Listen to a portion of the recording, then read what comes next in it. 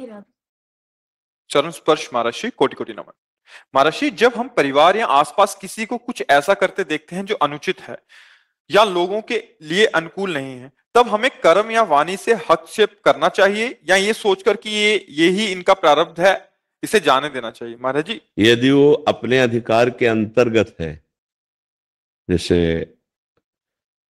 हमारा बेटा है या हमारा मित्र है या हमारा अधिकार है बात करने का, वो हमारी बात मान सकता है। प्रार्थना, मान लो पड़ोसी है तो हमारा मित्र है और हम बात करेंगे तो हमारा अधिकार वो मानेगा, तो हमें बात करनी चाहिए। कि शास्त्रों में ऐसा लिखा है, संतों ने ऐसा कहा है। आपके द्वारा जो ये चेष्टाएं हो रही, शायद आप नहीं समझ पा रहे हैं, गलत है। प्रार्थना रूप में अधिकार के अनुसार, यदि नहीं है, आपको पता है कि हम उपदेश करेंगे तो ये अवहेलना करेगा हमारी और उपदेश की भी, फिर नहीं करना चाहिए। फिर ये विचार करना चाहिए कि इसके अंदर जितनी बुद्धि की क्षमता है उसी के अनुसार ये बेचारा कार्य कर रहा है। हम भगवान से प्रार्थना करेंगे कि इसकी बुद्धि शुद्ध हो, इसका मंगल हो, इसके ऐसे आचरण हो। भक्त को ऐसा ही चाहिए। हाँ, अब कोई हमारे धर्म पर, हमारी मर्यादा पर, हमारे राष्ट्र पर, हमारे गुरुजनों पर ऐसा कुछ, फिर हम सहन नहीं करेंगे। फिर हम, अगर हमें कानून का सहारा लेना पड़ता है, किसी बल का सहारा लेना पड़ता है, हम उस बल का सहारा लेकर उसका विरोध करेंगे। हम उसको आगे नहीं बढ़ने देंगे। किसका प्रश्न है? तो आप समझ पा रहे? हाँ, जहां तक हमारा अधिकार है, हमारा अधिकार मानता है तो हम शास्त्र और संत सम्मत वाणी का उपदेश करें।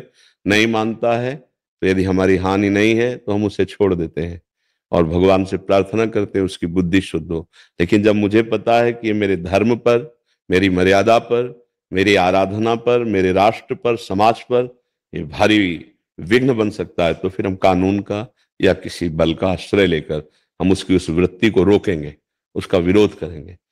हाँ, पर्सनल सहने के लिए हम सह सकते हैं, लेकिन धर्म आदि के लिए फिर नहीं सह पाएंगे।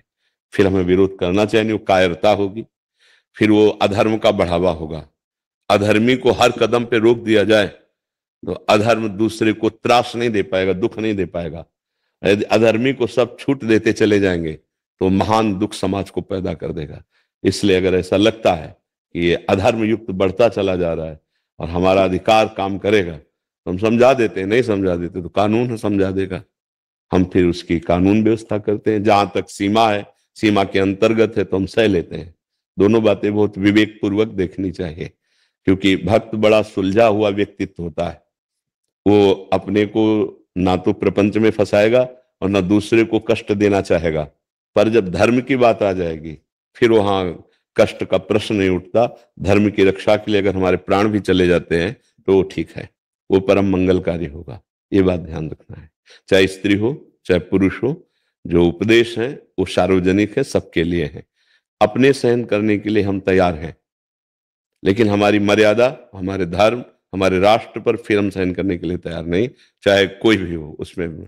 जैसे अपने लोग हैं तो हम उतना संकल्प करेंगे, हम भजन करेंगे, हम तप करेंगे, अपने को जलाएंगे और उसके अधर्म वृत्ति को रोकेंगे। वो मर्यादा के खिलाफ नहीं जा सकता जहां तक हमारी पहुंच है।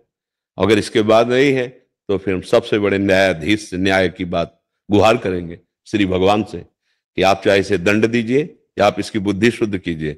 अब इसको रुकना चाहिए, नहीं तो बहुत हानि हो जाएगी। तो पहले जितने भी ऋषि महात्मा थे जगत मंगल के लिए ही तो तप करते थे।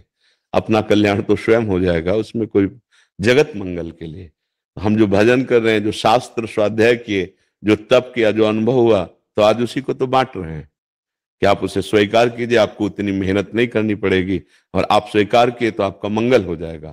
तो ऐसे ही आपके पास जो भी है, जितना विवेक है, जितनी बुद्धि है, उसके अनुसार हम अपनी रक्षा करें, अपने परिवार को सुव्यवस्थित रखें, अपने मोहल्ले को, अपने राष्ट्र को, जितना हमको भगवान ने दिया है हम भगवान से प्रार्थना करें। दो प्रकार से रोका जाता है, एक होती साम नीति विनय के द्वारा, और एक होती दंड नीति। जब अधर्मी अधर्म से नहीं अपने को बचाना चाहता तो एक ही उपाय बचता है, दंड नीति। जैसे भगवान ने साम नीति का प्रयोग किया, जाकर संधि के लिए प्रार्थना की दुर्योधन से कि आप हस्तिनापुर के राजा बनिए, वो इंद्रप्रस्थ के बन जाएंगे। नहीं माना फिर कहा 5 गांव दे दीजिए। उसने कहा सुई की नोक भर नहीं। तो कहा युद्ध पक्का, और विनाश करवा दिया उनका। गए तो संधि के लिए थे, फिर एक बूंद पानी भी नहीं उसका पिया। और विदुर जी के यहाँ जाकर उनकी जो प्रेम में डूबी हुई पत्नी थी उनके हाथ से छिलके पाए और विनाश करवा दिया कौरवों का, अधर्म का नाश करा दिया। अर्जुन जी कहने लगे मैं युद्ध नहीं करूंगा। भगवान ने पूरी गीता उपदेश इसी बात के लिए दी कि तुम्हें इनका नाश करना ही पड़ेगा। उनका इनके मारने से तो अच्छा है कि हम सन्यास लेकर भिक्षा करने पाए। भगवान ने कहा नहीं नहीं, इनको मारो, मारना ही परम कर्तव्य है इस समय। तो ये बात देखनी पड़ेगी। क्षमा भी एक सीमा तक ठीक है, इसके बाद फिर दंड विधान ही उस दुष्ट की दुष्टता को रोक सकता है। सठे साठ्यम समाचरेत, दुष्ट के साथ अब वो दुष्टता ही काम आएगी, साधुता काम नहीं आएगी। उसको दंड देना अनिवार्य है। नहीं तो जैसे भगवान परशुराम जी थे तो परम साधु भगवान के अवतार, लेकिन देखा दुष्टता हद पार कर गई शास्त्राबाहु अर्जुन की, तो काट के भुजाएं और गर्दन तक फेंक दिया उसकी। फिर उनके पुत्रों ने दुष्टता दिखाई तो वंश का विनाश कर दिया, और 21 बार संपूर्ण संसार से ऐसे दुष्ट राजाओं का विनाश ही विनाश, 21 बार घूम घूम के। तो एक महात्मा स्वरूप में अवतरित हुए थे भगवान परशुराम जी। तो जहां तक सीमा थी वहां तक तो सहा, जब सीमा उल्लंघन हो गई तो विनाश प्रारंभ कर दिया। तो दुष्टता का विनाश ही अनिवार्य है, क्योंकि वो प्रार्थना और सामनीति को समझता नहीं है। तो दंड नीति का अच्छे से परिचय है। दंड नीति से सब सुधर जाते हैं। कोई भी ऐसा नहीं जो दंड के द्वारा न सुधर जाए। दंड बड़ा भयानक होता है। काल भी दंड से ही प्रहार करता है, काल दंड कहा गया है। मृत्यु भी दंड ही देती है। तो ऐसे दंड के द्वारा दुष्टता का सुधार होता है।